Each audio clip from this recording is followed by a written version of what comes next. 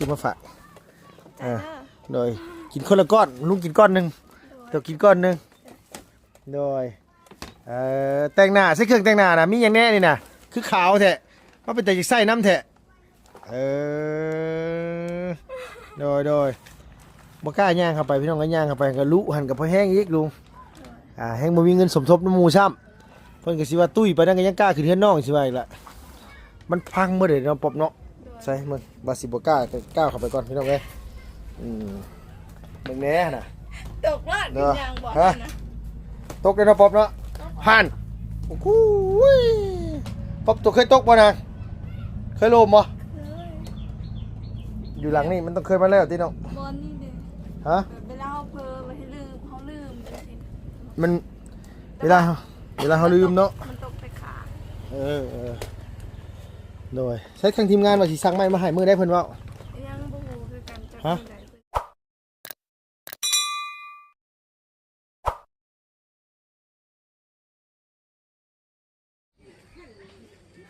โมเมนต์ไปสวนซะบ่ล่ะเนาะพี่เนาะน้องป๊อปเฮาก็ได้บ่รู้ว่าเพิ่นอยู่บ่บุมื้อนี้ก็ได้มาคือเงียบมิดอิ่มซิมอยู่ทางทีมงานคือว่าสิสั่งไม้อันเฮือนมาให้น้องเพิ่นแต่ว่าคือยังเงียบอยู่หรือว่ารอขึ้นเฮือนน้องจะดีแล้วเพิ่นบ่หรือว่าแนวใดนำพี่น้องเพิ่นยังสั่งมาอีกเทื่อนึงโอ้พี่น้องเอ้ยเนาะเข้ามาหาน้องเพิ่นมื้อนี้ก็เป็นเงาๆเงียบๆจังได๋บ่นี่บ่มีไผอยู่ทาง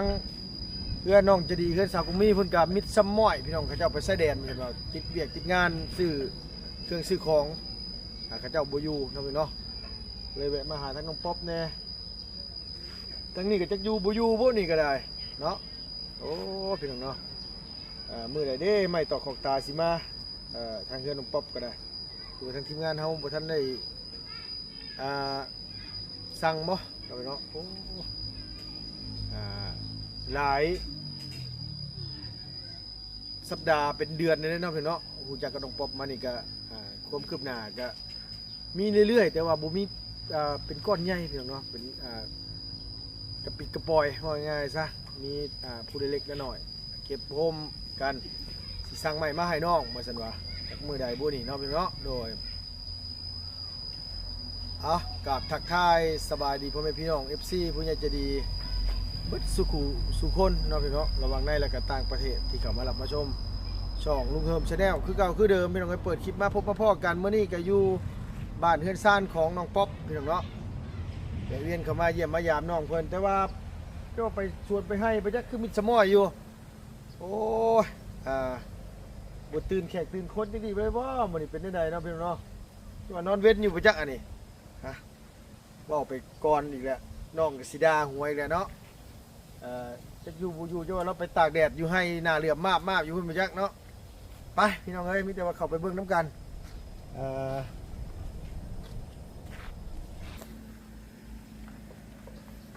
ไปพี่น้องเอ้ยมาหาทั้งน้องเพิ่นได้แต่ตีนเสานี่บ่เนาะวาสนาป๊อปปี้นี่ได้แต่ตีนเสากับมันเดินนี่บ่นั่นอื่นสิบ่ได้สบ่ล่ะโอ้ยเนาะกำลังนำเด้ป๊อปอยู่เฮือนอยู่บ่โดยก็นึกว่าบ่ได้อยู่เฮือนได้ก็นึกว่าบ่มีคนอยู่เฮือนคือบ่ตื่นแท้ซะหรอกว่ามันสิเสียหญ้าได้มา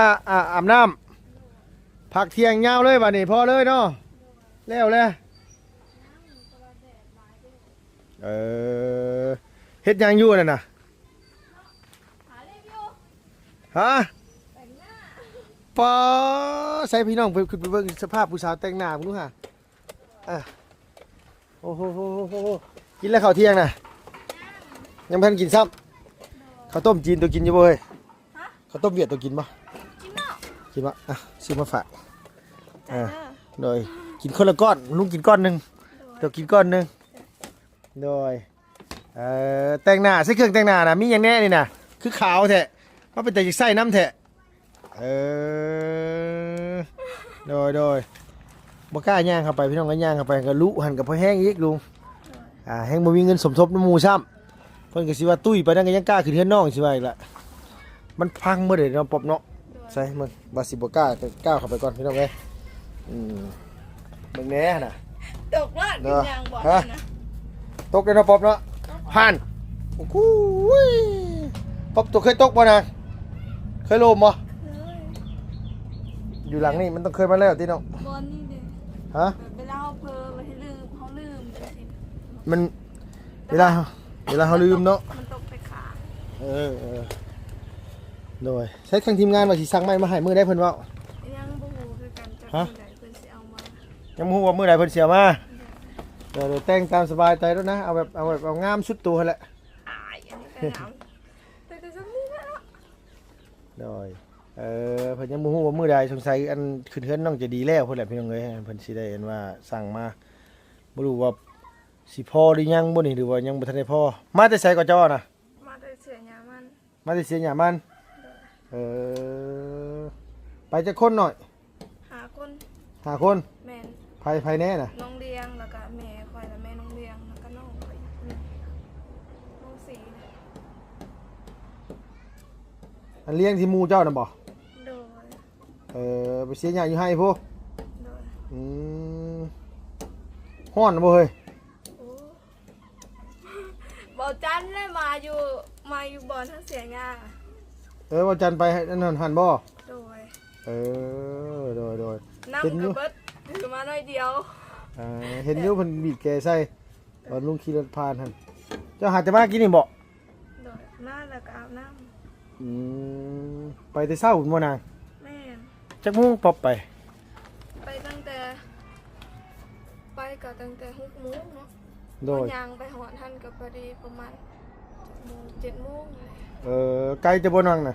โดย อยู่ทางไหนไป ไปทางบ้านเข้าบ้านน้องเอิญ อ๋อไปย่างไปทางบ้านบางเอ๋ยพุ่น โดย โดยย่างไปแคมป์เซ่ผู้ โดย แม่นบ่ โดยใกล้สิหอดบ้านบางเอ้ยเลยสวนมันเลยนะ ป้าทุกไกลเติบเลยพี่น้องเอ้ยเนาะเอาไปบ้านบางเอ๋ยไกลเติบผู้ใดบ้านในชุดหมู่ผู้บ้านประมาณ10กว่าหลังคาเฮือนนี่แหละ โดย แม่นเนาะป๊อบเนาะ แม่ 10ปลายหลังคาเคยไปอาบอยู่บ่น้ำเซสุโต เคย น้ำเซโปนนี่ได้ บ ก็เซโปนน่ะนี่บ่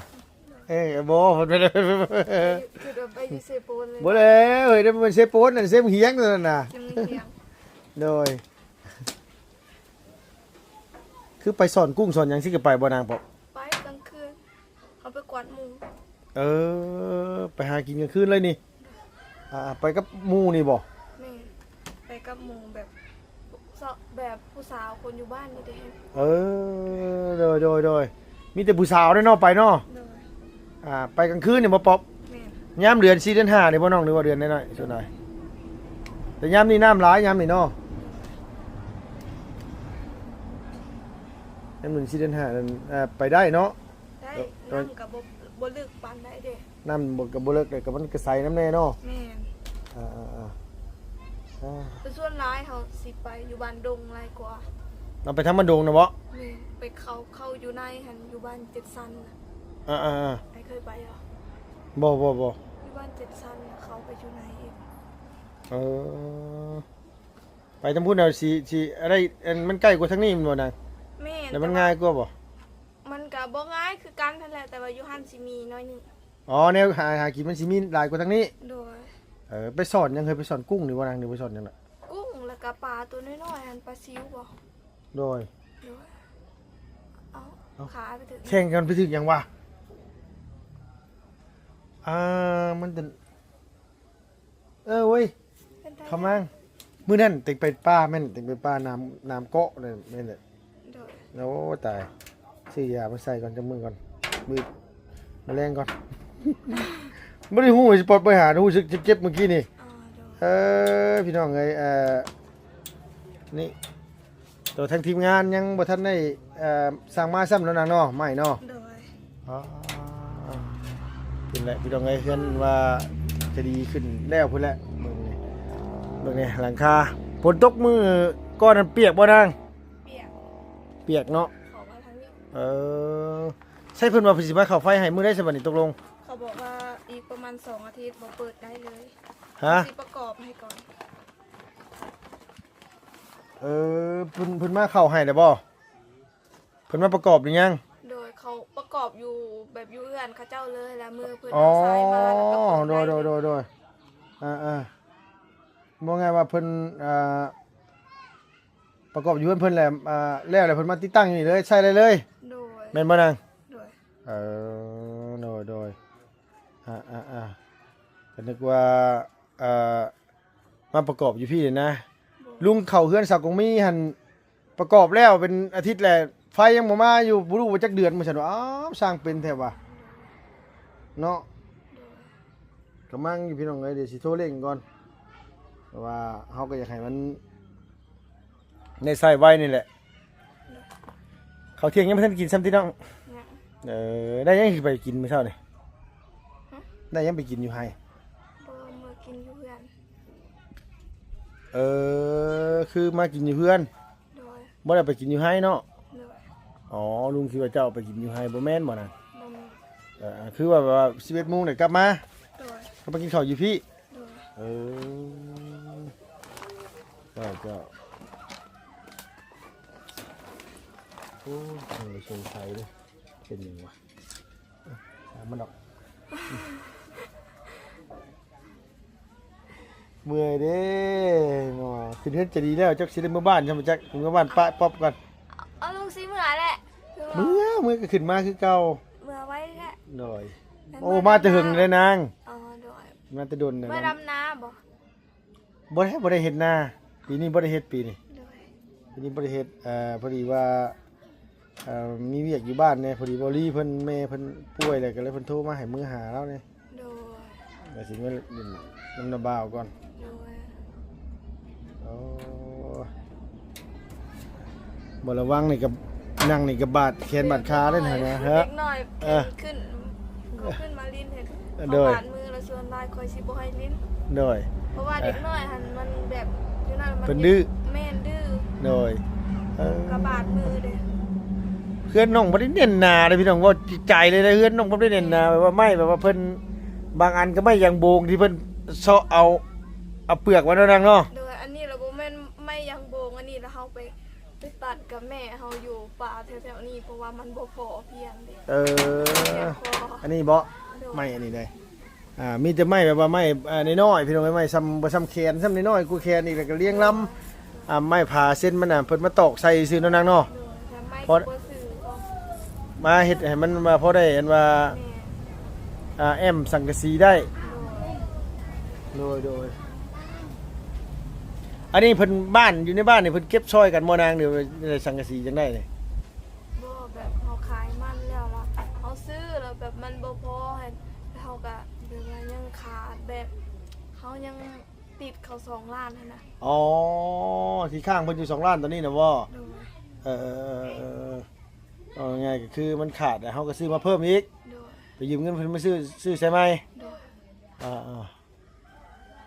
ย ฉันบ่แฮงตะกี้ลุงเห็นเฮือนน้องเพิ่นหลังน้อยหนึงน้อยกว่านี้อีกตอนที่ว่าลุงมาซอยแม่ตู้อันว่าอายะแล้วชื่อหยังนางบ่ป๊อบ ซื้อยาแดง อายะแดงบ่ โดยยาแดง ยายแดงพี่น้องเอ้ยมาซอยยายแดงแต่ตะกี้เหรอ โดย เราก็อยู่กับหลานชายแล้วคือเก่าพี่น้องเอ้ย โดย โดยหลานชายแล้วบ่ค่อยว่าขอโทษนำบ่ค่อยเต็มบ่น่ะ กะแบบว่าสติบ่ค่อยดีนำแหน่ ว่าไงว่า โดย บอกภาษาบ้านเฮาก็คือคนสติบ่ดีเพ้อเฟื้อนนั่นแหละพี่น้องเอ้ยบ่แบบว่าบ่ได้ร้อยปานใดแม่นบ่นาง โดย เราก็อยู่ร่วมกันเราก็อยู่ร่วมกันมาแต่เฮือนตูบน้อยตะกี้ แม่ ตูบเราเฮงน้อยตะกี้นั่นเราเฮงน้อยกว่านี้เนาะนางเนาะ โดย แต่ลุงเขามาตะกี้เนี่ยคือ มันสิล่มเลยนะมันสิเพเลยนะมันอันนี้แหละตอนนั้นน่ะแต่วันนี้ก็เลยเพิ่นเก็บเงินกันเฮ็ดให้เพิ่นละไมเป็นบ่นางเข้าไปหายายมื้อนั้นน้องป๊อบอัน พาไป พาไปพี่น้องเอ้ยเราก็อยู่เท่าเลยจักสิว่าได้ๆเราก็เนาะ โดย เท่าแห้งนี่เนาะเฮ้ยเนาะ โดย ฮอดบ่นาง9 8 90 ปีฮอดได้เนาะ ก็บ่รู้คือกันแต่ว่า ข่อยเห็นเพิ่นตั้งแต่น้อยเพิ่นก็เฒ่าแล้ว อืมโดยว่าไงว่าเพิ่นเป็นคนเก่าคนแก่บ้านนี่ได้บ่น่ะ แม่น อ๋อคนพื้นฐานบ้านนี้เลย โดย แต่ว่าเราอยู่กับผัวแล้วมีลูกมีเต้าบ่หรือว่าจังได เพิ่นบ่มี บ่มีแล้วก็บัดนี้แหละเอาลูกคนอื่นมาเลี้ยงเนาะนางเนาะ โดย เออเจ้าอ่า เฒ่าเลยแล้วก็ได้ โดย มื้อนั้นแต่ว่าความจำเรายังดีอยู่เนาะเนาะ แม่น ความจำเราแบบว่าคำว่าคำจาเรายังบ่เลือนปานใดนะ โดยเป็นแบบนี้เพิ่นย่างบักไกลๆพุ่นใดเพิ่นย่างแต่บ้านฮอดบ้านดงพุ่น แม่นบ่น่ะ แม่นเพิ่นไปขอเด้เพิ่นบ่มีข้าวกิน เออ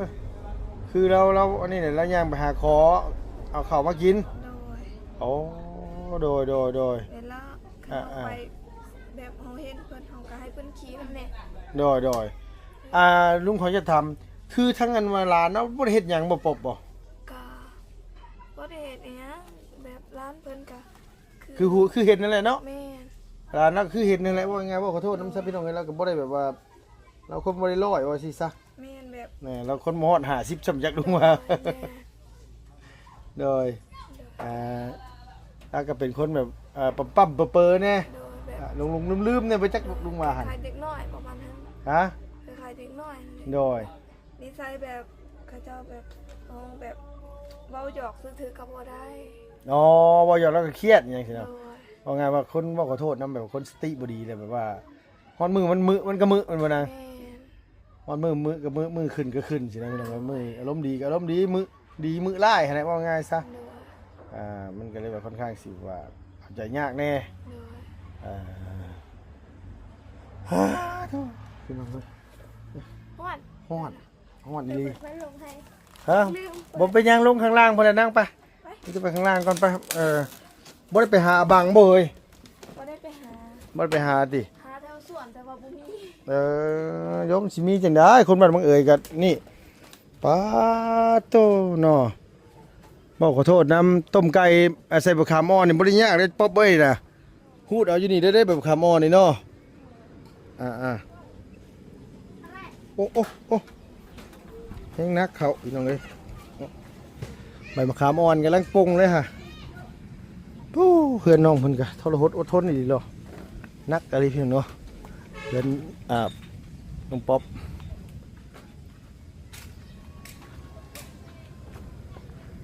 มาติไสนั่นน่ะมาแม่เจ้าหาบังได้สำนั้นนะ โดยมาแต่ที่เชียงยาง มาติสิเนี่ยไปน้ำกันบ่ป๊อบโดยกินแล้วบ่ข้าวเที่ยง กินเลย ได้ยังกิน ตำแจว ตำแจ่ว กินง่ายอีหลีนี่เนาะ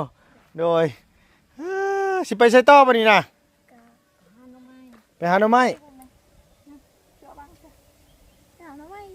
ไปหาหน่อไม้ไปชวนได้อีกบัดนี้นะ ไปกระเด้าแบบนี้ ต้ม มาเลี้ยงว่ะ เฮ้ยนักเรียนต้มกระมี มีหยังชวนกันกินข้าวโอ้ยฮ้อนพี่ป๊อปมาพี่ฮ้อนมีอะไรเสานี่จักต้นกับอันป๊อปมันมาเสาเฮือนตัวนะ เก่า สิซ้ำเฮือนจะดีเนี่ยเนาะ โดย เก้าต้นดีเลยเสาไม้หน้าเท่าไรฮอดบ่หน้า15นะ ก็บ่มีคือกัน หมู่คือกันว่าหน้าเท่าไรปลาฮอดพี่น้องเอ้ยเอาโอเคสิมีแต่ว่าลุงสิเมื่อเด้อ อาชิเมื่อเลยบ่ เมื่อเลยแหละ ลุงใส่ยังหนาคือใส่แท้ ฮะบ่แท้ อันนี้ บ่แท้บ่ แม่ ใส่